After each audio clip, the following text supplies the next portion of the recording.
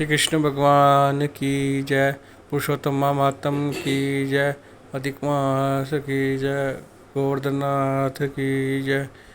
आज हम आपको श्रवण करवाने जा रहे हैं 7वां अध्याय। तो कृपया प्रेम पूर्वक श्रवण करें। सूत जी कहने लगे, हे तपोधनो, जब विष्णु भगवान मलमास का अपार दुख कहकर चुप आसन पर बैठ गए तो श्री कृष्ण ने अपने को जो गूढ़ वचन कहे वह मैं तुमसे कहता हूँ। हे पुरुषोत्तम बोले, हे विष्णु, आपने बहुत अच्छा किया जो मलमास का हाथ पकड़कर यहाँ पर ले आए। इससे लोक में महान कीर्ति पाओगे। जिसको तुमने स्वीकार किया उसको मैंने भी स्वीकार कर लिया। इसको मैं अपने समान ही करूँगा। गूढ़ कीर्ति, अनुभव, छंदों और ऐश्वर्यों और पराक्रम भक्तों को वरदान देने मेरे समान सभी गुण इसमें होंगे। जैसे मैं लोक में प्रसिद्ध हूँ वैसे ही भी पुरुषोत्तम नाम के विख्यात होगा। जो गुण इस मुझ में है वही मैंने इसको दिए हैं। हे जनार्दन, तुम्हारी प्रसन्नता के लिए मैंने अपने सभी गुण इसको दे दिए और मैं ही इसका स्वामी हूँ।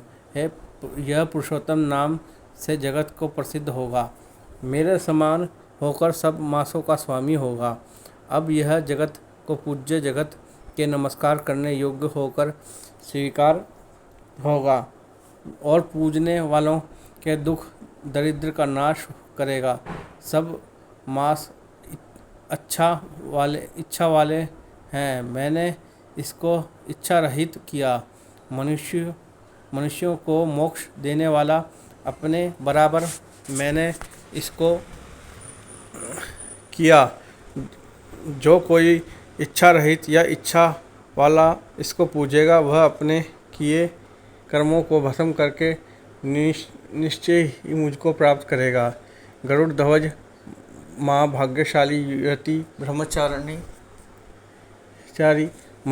महात्मा निराहारी भी परम स्थान को प्राप्त नहीं होते, पर पुरुषोत्तम के भक्त मास में जन्म मृत्यु से रहित हो बिना श्रम के हरि पद को पा सकते हैं। सब साधनों में श्रेष्ठ हैं। सब काम तथा अर्थ देने वाला यह पुरुषोत्तम मास सेवा योग्य है।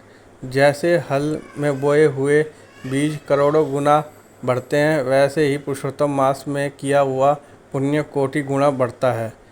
कोई चातुर्मास के व्रत और यज्ञों द्वारा स्वर्ग में जाकर वहाँ भोग को भोग कर फिर इस पृथ्वी में आते हैं, किंतु जो पुरुषोत्तम का आदर और सविधि पूर्वक सेवन करता है वह अपने कुल का उद्धार करके असंभव के समान मुझको ही प्राप्त होता है। जो महाज्ञानी मनुष्य इस मास में जप दान आदि नहीं करते वे अच्छे कर्म नहीं करते। देव, तीर्थ तथा ब्राह्मण से बैर करते हैं वे दुष्ट भाग्य वाले और दूसरों के भाग्य पर जीने वाले हैं। उनको खरगोश और सींग के समान स्वप्न में भी सुख नहीं होगा। जब मूढ़ मनुष्य मेरे प्रिय मलमास का तिरस्कार करेंगे, जो धर्म का आचरण नहीं करेंगे, वे सदैव नरक के गामी होंगे। जो पुरुषोत्तम के निमित्त 3-3 वर्ष में धर्म का आचरण करते हैं वह कुंभी आदि नरकों में पड़ते हैं। जो अज्ञानी पुरुष स्त्री पुत्र पौत्र आदि के बंधन में फंसा रहता है वह अज्ञानी दुखी और दुख रूपी दावानल में पड़ा रहता है।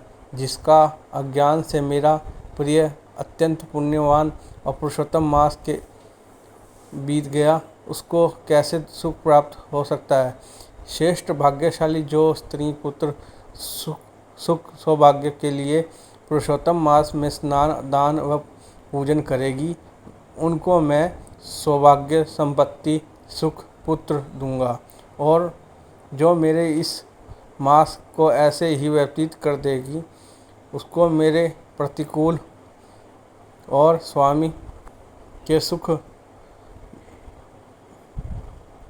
नहीं होगा। भाई, पुत्र तथा धन का सुख तो उनको स्वप्न में भी प्राप्त नहीं होगा। अंत मनुष्य को मेरे इस मास में स्नान, पूजा, जप आदि और विशेष करके अपनी शक्ति के अनुसार दान करना चाहिए। जिसने भक्ति और श्रद्धा से पुरुषोत्तम मास में मेरी पूजा की, वह धन तथा पुत्र का सुख भोगकर अंत में मेरे लोक में वास करेगा। मेरी आज्ञा से सभी मनुष्य मलमास को पूजेंगे। मैंने सब मासों के उत्तम इसको किया है, इसलिए मैं रमापते, तुम चिंता छोड़कर पुरुषोत्तम मास को लेकर वैकुंठ को जाओ। सप्तम अध्याय समाप्त। श्री कृष्ण भगवान की जय। जो व्यक्ति इस मल मास में जप, दान और कथा आदि सुनता है, वह निश्चय ही सभी सुखों को प्राप्त करता है। ऐसा भगवान पुरुषोत्तम महात्म्य में कहते हैं। विष्णु भगवान पुरुषोत्तम मास को यह वरदान देते हैं कि जो कोई तेरे पुरुषोत्तम मास का अध्ययन करेगा, वह मेरे ही समान सब सुख प्राप्त करेगा। तो पुरुषोत्तम मास की जय।